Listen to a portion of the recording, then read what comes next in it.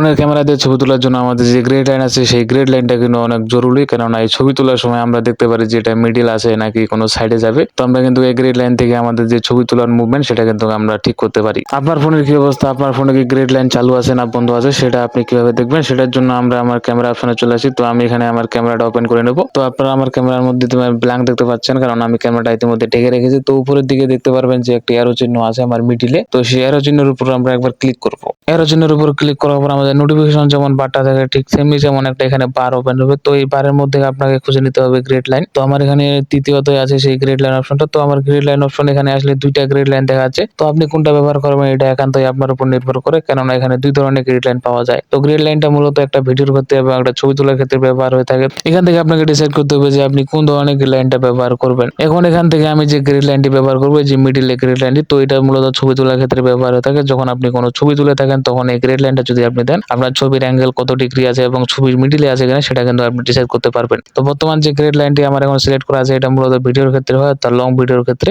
যখন আপনি ফোনটা রোটেট করে ভিডিও করবেন তখন আপনি এই গ্রেড লাইনটি ব্যবহার করতে পারবেন। এক্ষেত্রে আপনি চাইলে বুঝতে পারবেন যে আপনার ভিডিওটি কি অবস্থায় আছে এবং মিডিল অবস্থানে আছে কিনা। এইসব বিষয় ছাড়াও আরো যদি অন্য কোনো বিষয় আপনার কোনো প্রশ্ন থেকে থাকে তো অবশ্যই আমাকে কমেন্ট বক্সে জানাতে পারেন।